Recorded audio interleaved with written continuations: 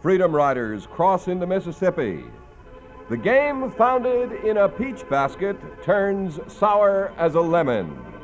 The Prince and Princess of Monaco grace White House. All these stories and more brought to you by the people who made news in the world today.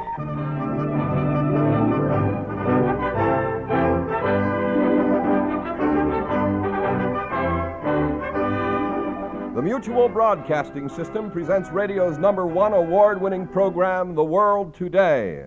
Brought to you by New Instant Chase and Sanborn Coffee, the delicious New Instant with pure coffee nectar, and by other participating sponsors.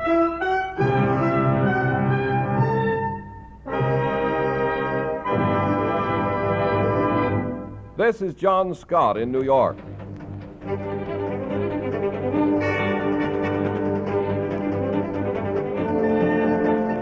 A cooling-off period is needed in the Deep South, according to Attorney General Robert Francis Kennedy. His statement followed an announcement from the Freedom Riding headquarters that more bus-borne crusaders of the type that met violence in Montgomery, Alabama, would start moving almost daily through that region. It would be wise, cautioned the Attorney General, for those traveling through these states to delay their trips until the present state of confusion and danger is past and an atmosphere of reason and normalcy has been restored.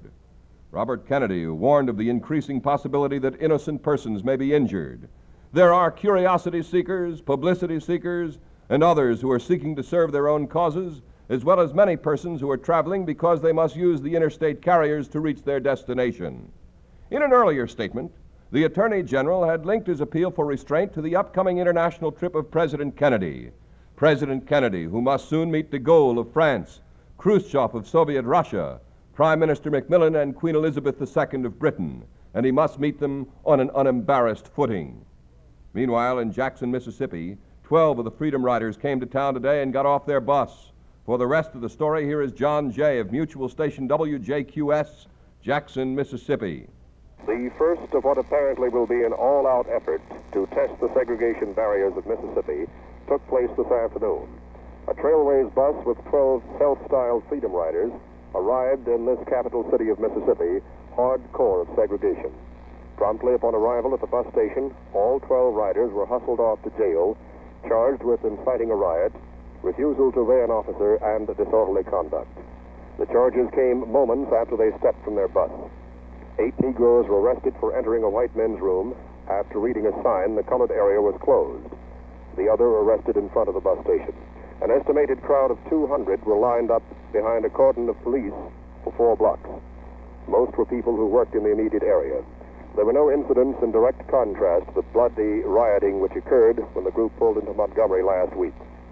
The Freedom Riders were accompanied on the bus by 7 National Guardsmen with fixed bayonets and 17 newsmen. The Guardsmen were commanded by a full colonel. With their initial efforts finalized and arrest, the Freedom Riders have made it clear that they intend to continue their bus travel through Mississippi. A second busload is scheduled to arrive later tonight in Jackson.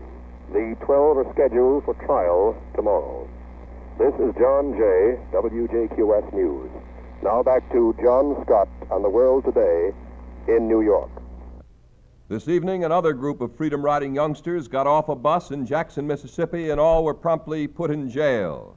Late this afternoon, Robert Kennedy's Justice Department accused 4 Alabama policemen of deliberately withholding protection from the Freedom Riders who'd faced an angry mob last Saturday in Montgomery's bus station.